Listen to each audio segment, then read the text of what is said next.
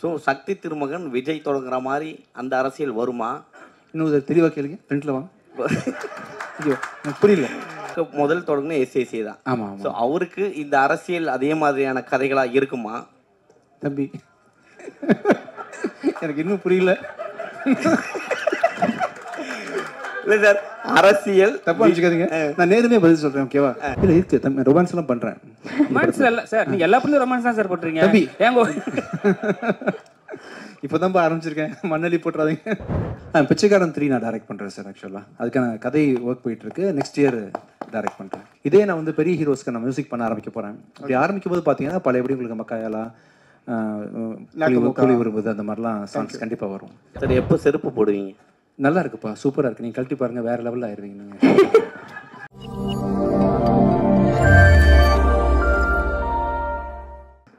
25 படம் இதுக்கு, அதுக்கு ஒரு வாழ்த்துக்கள். Thank you sir. மியூசிக்கா சார் இப்போ கொஞ்சம் சென்சி கிட்ட பார்த்தீங்கன்னா அவ்வளவு ரீச் ஆகுது சாங்ஸ் எல்லாம். ஸோ பெரிய லெவலில் மியூசிக்கை பசங்க ரொம்ப கொண்டாடுறாங்க. உங்களோட மியூசிக் இப்போ ரீசெண்டாக கூட மதகத ராஜா படம் அவ்வளோ பெரிய பிரேக் பண்ணுச்சு. Thank you sir. ஸோ திருப்பி மியூசிக்கில் ஃபோக்கஸ் இருக்குமா? என்ன படம் அடுத்து கமிட் பண்ணும் சார். நான் ப்ரொடக்ஷன் ஆரம்பிச்சதுலேருந்து சார் கொஞ்சம் எடிட்டிங்கில் ஃபோக்கஸ் பண்ண ஆரம்பிச்சிட்டேன் நடுவில். நான் அதனால மியூசிக்கில் கொஞ்சம், ஏன்னா ஒரு சப்போஸ் நான் நீங்கள் ப்ரொடியூசர்னு வச்சுப்போமே, நீங்கள் ஒரு ஹீரோ கம் ப்ரொடியூசர், எனக்கு நீங்கள் காசு தரீங்கன்னா உங்களுக்கான ஜஸ்டிஃபிகேஷன் நான் கொடுக்கணும். அப்போ ஷூட்டிங்கில் இருக்கேன், அங்கே இருக்குன்னு சரியாக உங்களை நான் நடத்தாமல் போயிடக்கூடாதுன்றதுனால அந்த வேலையை சின்சியராக செய்ய முடியாதுன்னு நினச்சிட்டு நான் அந்த கொஞ்சம் ஸ்பேஸ் விட்டுட்டேன். இப்போ என்னோட படங்கள் ஃபுல்லாக தொடர்ந்து பண்ண ஆரம்பிச்சிட்டேன். ஃப்ரம் ஜான்லேருந்து இந்த சக்தி திருமகன் படம் முடிச்சதுலேருந்து அதர் கம்பெனிஸ், அதர் ஹீரோஸோட படம், அதர் ப்ரொடக்ஷனுக்கு கண்டிப்பாக நான் வேலை வச்சு கொடுக்கலாம் பிளான் பண்ணுறேன் சார். சரிங்க சார், வாழ்த்துக்கள்.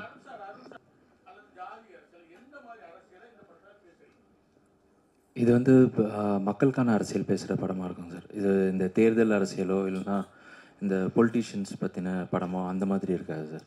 இது ஸ்ட்ரெயிட்டாக பீப்புளுக்கான படமாக இருக்கும். எல்லாருமே ரிலேட் பண்ணிக்கிற மாதிரி ஒரு ரெலவெண்ட்டான மேட்டராக இருக்கும் சார். ஆமாம் சார். எனக்கு ஜென்ரலாக இந்த ராசி, நம்ம மனசு எப்படி இருக்கோ அப்படி தான் சார் வாழ்க்கை அமையும்னு நம்பிக்கை. அந்த ராசியில் நம்பிக்கை இல்லை. இன்றைக்கி கூட மார்கனோட 25ஆம் நாள் முன்னிட்டு அந்த ஆமைக்கு மாலை போடலான்னு மாலைலாம் கொண்டு வந்துருக்கோம். தம்பி ஆமைக்கு மாலை வச்சுருக்கீங்களாப்பா? ஆமாம் வந்துருச்சா? ஆமாம் வரலையா? இம்தியாஸுங்க, இம்தியாஸ்ட்டு கேளுங்க. ஆமாம் என்ன வச்சுருந்தோன்னா சார், அந்த அந்த நான் லாஸ்ட் டைம் சொல்லியிருந்தேன் இல்லையா, ஆமா பூந்த வேண்டும் அமீனா பூந்த வீடும் உருப்படியாதுன்ற மாதிரி ஆமா மேலே பெரிய கலங்கத்தை வச்சுருந்தாங்க சொசைட்டி. அப்படி இருக்கக்கூடாதுன்னு சொல்லிட்டு நான் என்னோட எல்லா ப்ரொமோஷனுக்குமே ஆமையை ஃப்ரெண்டில் வச்சு தான் பண்ணேன். மார்கன் பார்த்தீங்கன்னா 25 இயர்ஸ் ஓடி இருக்குது. ஸோ அந்த ஆமைக்கு தேங்க்ஸ். ஆமாம் வந்துருச்சாப்பா, கொண்டு வந்துருங்கப்பா சார், கேட்டதை ஒட்டி அப்படி மாலை போட்டுடலாம். ஸோ அப்படி தான் சார் என்னோட எண்ணங்களில் வந்து இத்து, இந்த ஆமை, இதெல்லாம் பூனெல்லாம் பெரிய மேட்டரே கிடையாது சார். நம்ம மனசு எப்படின்றது தான். அப்படின்றதுனால இந்த சக்தி திருமகன், அது ஆக்சுவலாக இந்த இத்து போட்டது வந்து இது டேரக்டர் தான். ஏன் இத்து போட்டிங்க? இலக்கணப்படி இத்து வரணும். அதான் சார், எனக்கு வந்து நீங்களாக இருக்கீங்களே சார், எனக்கு என்ன ஆயிரும் சொல்லுங்கள் சார். டேரக்டர் அருண் பிரபு வந்து இங்கே சார். ஏ சார் தம்பி நான் இல்லை இல்லை நீங்கள் சொல்லுங்கள். எப்பவுமே வந்து கதாநாயகங்களுக்கு வந்து முக்கியத்துவம் கொடுத்து படம் பண்ணுவார். ஸோ இதில் வந்து உங்களுக்கு கதாநாயகிக்கு முக்கியத்துவம் இருக்கா? ஏன்னா ஹீரோ வந்து பெரிய ஹீரோ. ஸோ அதில் வந்து டேரக்டர் வந்து உங்ககிட்ட சொல்லும்போது கதாநாயகிக்கு முக்கியத்துவம் இருக்குன்னு சொன்னாரா, இல்லை உங்களுக்கு தான் சார் மெயினான கேரக்டர் சொன்னாங்களா? இல்லை இருக்கு தம்பி, ரொமான்ஸ் எல்லாம் பண்ணுறேன். ரொமான்ஸ் இல்லை சார், நீங்கள் எல்லா படத்துலையும் ரொமான்ஸ் தான் சார் போட்டுறீங்க தம்பி. ஏங்கோ இப்போ தான்ப்பா ஆரம்பிச்சிருக்கேன், மண்ணலி போட்டுறாதீங்க. ஆரம்பத்தில் எனக்கு யாரும் சான்ஸ் கொடுக்கலப்பா. என்னை பார்த்தா ஏதோ தெரிஞ்சிருக்கேன் உங்களுக்கு. இப்போ தான் ஸ்லோவாக டேரக்டில் ஓப்பன் ஆகுறாங்க. நானும் பண்ணியிருக்கேன்ப்பா. எப்பவுமே படத்தில் வந்து சிங்கிள்ஸ் போடுவாங்க. சிங்கிள் போட்டால் அது வேற கேரக்டர். இப்போ டபுள்ஸ் சிங்கிள் போட்டு இன்ட்டு போட்டிருக்கீங்க. டபுள்ஸ் ஏன் மெயின்? ரெண்டு விஜய் ஆண்டனியா படத்தில்? உங்களுக்கு வேற மாதிரி யோசிக்க தோணுது நினைக்கிறேன். டபுள்ஸுக்கு காரணம் வந்து இன்னைக்கு வழக்கமாக சிங்கிள் சாங் தான் ரிலீஸ் பண்ணுவாங்க ஒரு நாளைக்கு. இந்த படத்தில் 2 சாங் ரிலீஸ் பண்ணுறோம் நாங்கள். டபுள்ஸ்ன்னு போட்டால் நீங்கள் நல்ல விதமாக புரிஞ்சுப்பீங்கன்னு சொல்கிறோம் நாங்கள். நீங்கள் உங்களுக்கு எப்படி தோணுது டபுள்ஸ் பார்க்கும்போது? ஆக்சுவலாக இல்லை, மைக் கொடுங்க தம்பி, மைக் கொடுங்க தப்பா, மைக் கொடுங்க. இந்த டபுள்ஸ் போட்டால் அவங்களுக்கு பெண்கள் கதாநாயகன் சரிங்களா, அதனால கேட்டேன். ஓ நீங்கள் டபுள் ஹீரோயின் சப்ஜெக்டானு கேட்குறீங்களா? ஹீரோ டபுள் ஹீரோன்னு கேட்டேன். இல்லை இல்லை அப்படி இல்லைப்பா, நான் தப்பாக நினச்சிட்டேன் உங்களை, சாரி. நீ இப்படி தான் கேட்டீங்கல்ல? சரி ஓகே ஓகே. நான் என்னமோ என் மைண்டில் வந்து எனக்கு என்னென்னமோ தோணுச்சு, சாரிப்பா. நான் தான் திருந்தணும் போல் இருக்குல்லப்பா. டபுள் என்ன பார்த்தா சார், மைக் கொடுங்க. Mike sir Vijay Antony sir. Pichaikkaran 3 நான் டைரக்ட் பண்ணுறேன் சார். ஆக்சுவலாக அதுக்கான கதை ஒர்க் போயிட்டுருக்கு. நெக்ஸ்ட் இயர் டைரக்ட் பண்ணுறேன். Thank you sir. விஜயாண்டன் சார், இனிய பிறந்த நாள் வாழ்த்துக்கள். தேங்க்யூப்பா. தேங்க்யூ. 25வது இது. தேங்க்யூ. சக்தி திருமகன் வச்சிங்க. ஆனால் பராசக்தி டைட்டில் இன்னும் அதை விட சூப்பராக இருந்தது. அதுவும் அரசியல் தான், அதுவும் கலைஞர் தொடங்கினது தான். இப்போ உங்கள் பேர்லேயே அரசியலில் இறங்கியிருக்காரு யார்? விஜய். ஓகேங்க. ஸோ சக்தி திருமகன் விஜய் தொடங்குற மாதிரி அந்த அரசியல் வருமா? இன்னும் தெளிவாக கேளுங்க, ஃப்ரெண்டில் வாங்க. ஐயோ எனக்கு புரியல, நீங்கள் இன்னும் பொறுமையாக கேட்டால் எனக்கு புரியும். விஜய் அவர்கள் இதே மாதிரியான அரசியல் தான் தொடங்கியிருக்காரு. ஆமா. ஸோ நீங்க வர பாணியில் தான் விஜயும் மேடைக்கு வராரு. நான் பண்ணியா? ஆமா, ஒயிட் ஷர்ட் போட்டு அதே மாடல்ல தான் தம்பி இது இருக்கு. கருப்புப்பா. ஸோ உங்களை ஆளாக்க முதல் தொடங்கின எஸ்ஏசி தான். ஆமா ஸோ அவருக்கு இந்த அரசியல் அதே மாதிரியான கதைகளா இருக்குமா? தம்பி எனக்கு இன்னும் புரியல. இல்லை சார், அரசியல் தப்பா வச்சுக்காதீங்க, நான் நேருமே பதில் சொல்றேன், ஓகேவா? ஆனா நீங்க புரிய மாதிரி மட்டும் கேளுங்க போதும். இல்ல, விஜய் அரசியல் மாதிரி இருக்குமா வருங்காலத்தில்? இந்த படத்துல இருக்க விஜய் அரசியல் இது வந்து நான் அரசியல்வாதி இல்லப்பா, நான் புரோக்கர். ஆக்சுவலா இந்த படத்துல புரோக்கரா வேலை செய்யறேன். நான் புரோக்கர் தானே, நான் ஒரு புரோக்கர். ஆக்சுவலா கதையும் சொல்லிட்டாரு புரோக்கர்னு. அரசியல் புரோக்கர் சார். கரெக்டா சொல்லாம இந்த விஷயத்த உங்களுக்கு மட்டும் வச்சுக்கோங்க, வெளியே சொல்லுறேன். ரெண்டாவது அரசியல் புரோக்கர். ஓகே, பிறந்த நாள் அன்னைக்கு சுட்டு வரவேற்கணும்னு ஏன் ஆசைப்பட்டீங்க? அன்பாலாம் சுடணும்னு ஆசைப்பட்டேன். இல்லை, எல்லாம் டயர்டாக வந்து உட்காந்துருப்பீங்க, பல ப்ரெஸ் மீட் பார்த்துட்டீங்க இல்லையா? இன்னொரு ப்ரெஸ் மீட்டு அப்படி ஆயிடக்கூடாது, உங்களுக்கு ஒரு சின்ன மகிழ்ச்சி தேவைப்படணும், ஃப்ரெண்ட்லியாக இருக்கணும் அப்படின்றதுக்காக தான் அதை பண்ணேன் ஆக்சுவலாக. ப்ளஸ் இந்த மாதிரி சென்டிமெண்ட்லாம் இருக்கக்கூடாது ஃப்யூச்சரில், இதனால அது ஆயிடாது, நத்திங் இஸ் நெகட்டிவ் அப்படின்ற விஷயத்த நான் வந்து சொல்லணும்னு ஆசைப்பட்டேன். அதுக்காக சிம்பாலிக்காக. சரி, எப்போ செருப்பு போடுவீங்க? நல்லா இருக்குப்பா, சூப்பராக இருக்குது, நீங்கள் கழட்டி பாருங்கள், வேறு லெவலில் ஆயிடுவீங்க நீங்கள். சூப்பராக இருக்குது. விஜய் எடுத்து சார் பிறந்தநாள் வாழ்த்துக்கள் சார். Thank you thank you sir. அப்புறம் சமீப காலமாக படங்கள் வந்து அரசியல் படங்கள் வருது. அந்த அரசியல் படங்களில் பொதுவாக ஜாதி இல்லைன்னா மதத்தை பற்றி தான் நிறைய பேசுகிறாங்க. இப்போ சமீபத்தில் வர படங்கள் அப்படி தான் வந்துட்டுருக்கு, மதம் சார்ந்து தான் வந்துட்டுருக்கு. இந்த படத்துக்கும் சக்தி திருமகன் அப்படின்ற டைட்டில் தான் வச்சுருக்கீங்க. இது பார்த்தா ஒரு ஆன்மீக டைட்டில் மாதிரி தெரியுது, அரசியல் படம் சொல்லி சொல்கிறாரு. இதில் எந்த அரசியல் வந்து பேசுகிறாரு? சமூக அரசியல் பொதுவாக தான் சொல்கிறாரு சார். அது முஸ்லீம்களுக்கு எதிராக இருக்குமா, இல்லை கிறிஸ்டினுக்கு எதிராக இருக்குமா, யாருக்குமே இல்லை யாருக்கு எதிரான ஒரு படமாக இருக்குமா? எந்த மாதிரி அரசியலை பேச போகுது? மக்களோட அரசியல் பேசுகிறாங்க சார். ஆக்சுவலாக நாட்டில் என்ன நடக்குது ஜென்ரலி அப்படின்ற மாதிரி மக்களோட அரசியல் பேசக்கூடிய கதையாக இருக்கும். நீங்கள் மேபி அருண் பிரபு கரெக்டாக சொல்வார் அதுக்கு. சொல்லுங்க நீங்களே சார். சார் அதான் சார்,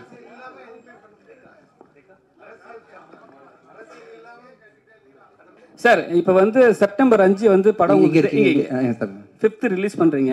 அதே மாதிரி தான் வந்து பராக்சக்தி படமும் 5th ரிலீஸ் பண்றாங்க செப்டம்பர். ஏற்கனவே அந்த ஒரு டைட்டில் பஞ்சாயத்து போயிட்டு இருக்கு. இப்போ ஒன்றும் போகலப்பா, பஞ்சாயத்துலாம் இல்லைப்பா, நாங்கள் ஹாப்பியாக. சரி ஓகே, ஒன்றும் இல்லை, எங்களுக்கு தெரிஞ்ச வரைக்கும் நாங்கள் சொல்கிறோம். நீங்கள் சோகமாகவே இருக்காதீங்க, நாங்கள் ஹாப்பியாக இருக்கோம். ஓகே சார், உடம்புக்கு எடுத்துக்க போறீங்க தம்பி, நல்லா இருக்கும். சரிங்க சார். இப்போ என்னன்னா அந்த அவங்க பெரிய படம் வரும்போது நம்ம தேட்டர் கொஞ்சம் கம்மியாக கிடைக்கும். ஸோ உங்களுக்கு என்ன உங்கள் பேண்டர்னா உங்கள் பெரிய தேட்டருக்கு நாங்கள் வந்து நீங்கள் எதிர்பார்ப்பீங்க. ஸோ எப்படி இதை வந்து சரி பண்ண போறீங்க? இல்லை, உண்மை சரி பண்ணுற மாதிரிலாம் ஒன்றும் இல்லைப்பா. தமிழ்நாட்டில் கிட்டத்தட்ட 1000 தேட்டர் இருக்குன்னு வச்சுக்கோங்களேன். அவங்களுக்கு ஒரு 600 தேட்டர், நமக்கு ஒரு 400 தேட்டர் கிடைக்கும். இப்போ ஸ்டில் கிடைக்கும், நமக்கு பிரச்சனை கிடையாது. இப்போ ப்ளஸ் பார்த்தீங்கன்னா, இப்போ எல்லாருமே ஒன்றா வந்தால் தானே உங்களுக்கு சந்தோஷமாக இருக்கும் இல்லையா? தனியாக ஒரு படம் வந்தால் நீங்கள் எப்படி உங்கள் பசிக்கு வந்து தீனி போடணும் இல்லையா? அதனால் என் படமும் வந்து இருக்கும், அவங்க படமும் வரும். ஒருத்தரை மாற்றி வெல்கம் பண்ணிட்டு தான் வரும். சரி, ஒரே நாளில் வந்து ஒரு 4 படம் ரிலீஸ் ஆகிறது வந்து சகஜம் தானே. ஐ திங்க் மார்கன் ரிலீஸ் ஆகும்போது கூட வேறு படம் ரிலீஸ் ஆச்சு, டிஎன்ஏ ரிலீஸ் ஆச்சு, குபேரா ரிலீஸ் ஆச்சுன்ற மாதிரி எல்லா படமும் வரணும், மக்கள்லாம் பார்க்குறது சந்தோஷமாக இருக்கட்டும், எல்லா ப்ரொடியூசர்ஸும் நல்லா இருக்கணும். அவங்களும் காசு போட்டிருக்காங்க, அவங்க படமும் சரியான டேட்டில் ரிலீஸ் பண்ண ஆசைப்படுவாங்க அப்படின்றத அவங்களுக்கு ஒரு தேவை இருக்குன்றதுனால அவங்களே நான் வரவேற்கிறேன். நானும் ஓரமாக வந்துட்டு போயிடுறேன். ஸோ விஜய் தம்பி வருவாங்க, கூடிய சீக்கிரம் கூப்பிட்டு வரேண்ணா. இல்லை கண்டிப்பாக வருவாங்க, நெக்ஸ்ட்டு டைப் பண்ண கண்டிப்பாக. ஸோ விஜய் உங்களுக்கு கேள்வி. தேங்க்யூ. பிறந்தநாள் வாழ்த்துக்கள். தேங்க்யூ. அண்ட் ஜென்ரலாக இந்த படத்தில் பேசணும் நீங்கள். ஓகே. சரி, இந்த படத்தில் நீங்கள் வந்து ப்ரொடியூசர் கம் ஹீரோ. ஜென்ரலாக எப்போவுமே சில ஹீரோக்கள் வந்து ப்ரொடியூஸ் பண்ணும்போது பட்ஜெட்டில் வந்து நீங்கள் ரொம்ப ஃப்ரீயாக விட்டீங்க டேரக்டர் சொல்லிட்டு இருந்தீங்க.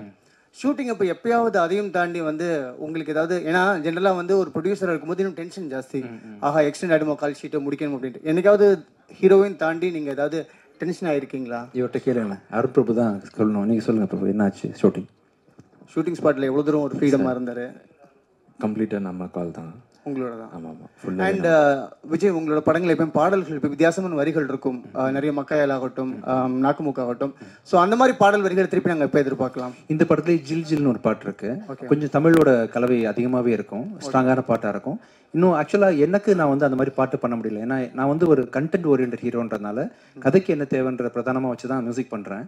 இதே நான் வந்து பெரிய ஹீரோஸ்க்கு நான் மியூசிக் பண்ண ஆரம்பிக்க போகிறேன். அப்படி ஆரம்பிக்கும் போது பார்த்தீங்கன்னா பழையபடி உங்களுக்கு மக்காயாலா, புலி விரும்புது அந்த மாதிரிலாம் சாங்ஸ் கண்டிப்பாக வரும். Many happy Thank you, sir. Thank you. Birthday boy Vijay. Thank you. சக்தின்னு ஒரு இல்லை, வெற்றியின் திருமணம் கண்டிப்பாக வருவீங்க. Thank you sir. தேங்க்யூ. இந்த 2 சாங்ஸ்ல வந்து நிறைய political messages, heart hitting statements இருக்கிறது கண்டிப்பாக தெரியறது. சரிங்க சார். சரிங்க. சிம்பாலிக்கலி டீச்சர்ஸ் டே அன்னைக்கு ரிலீஸ் ஆகுது இது. சரிங்க sir. What can the audience expect? ஆக்சுவலாக நாங்கள் பிளான் பண்ணல சார், டீச்சர்ஸ் டேக்கு பண்ணுன்றது பிளான் பண்ணல. ஏன்னா என்னோட அடுத்த படமான லாயர் வந்து பார்த்தீங்கன்னா டிசம்பர் மாதம் ரிலீஸ் பண்ணுறதுக்கு பிளான் பண்ணுறேன். ஸோ இந்த படம் ரிலீஸ் ஆகி கரெக்டாக ஒரு 3 மாதம் கேப், 4 மாதம் இருந்தால் தான் அடுத்த படம் ரிலீஸ் ஆகுன்றதுனால ஜென்ரலி முடிஞ்சிருச்சு வேறு படம், அருமையாக வந்துருச்சு. ஒரு மாத பிகினிங்கில் செப்டம்பர் மாதம் வந்து நிறைய படம் நாங்கள் ஸ்டாட்டிஸ்டிக்ஸ் எடுத்து பார்க்கும்பொழுது மக்கள் அதிகமாக திரைப்படம் பார்க்குற மாதமாக வந்து செப்டம்பர் 5ஆம் தேதி வந்துச்சுன்றதுனால ஜென்ரிக்காக ஒரு டேட்டை சூஸ் பண்ணி தான் ரிலீஸ் பண்ணுறோம். இதுக்கு பின்னாடி வேறு எந்த காரணமும் இல்லை சார். அன்றைக்கே வந்து டீச்சர்ஸ் டே வர்றது சந்தோஷம் தான் எனக்கு. நீங்கள் இந்த சமூக அரசியலுங்கிறது வேற, ஓட்டு அரசியலுங்கிறது வேற. சமூக அரசியல்வாதிகள் மக்களை மேம்படுத்துறதுக்கு போராடுவாங்க, பேசுவாங்க, கருத்து சொல்லுவாங்க. ஆனால் உங்களுடைய அறிவு படத்தில் மூட நம்பிக்கைகளுக்கு எதிரான பிரச்சாரம் இருந்துச்சு. அதே மாதிரி இந்த படத்தில் வாகை சந்திரசேகர் கேரக்டர் என்ன பேசுது? அது நீங்கள் படம் பார்த்தா தான் தெரிஞ்சுக்க முடியாது சார். சார் இது வந்து ஒரு சார் வந்து ரொம்ப முக்கியமான ஒரு ரோல் பண்ணியிருக்காங்க சார். படத்தோட ஒரு சோல் மாதிரியான ஒரு ரோல் தான் அது. சாருக்கும் நிறைய அரசியல் தொடர்பான காட்சிகள் இருக்குது வாகை சாருக்கும். இன்றைக்கி மதுரையில் இருக்காங்க, அதனால் வர முடியல சாரால். கரெக்டாக தான் சார் பண்ணியிருக்கோம்.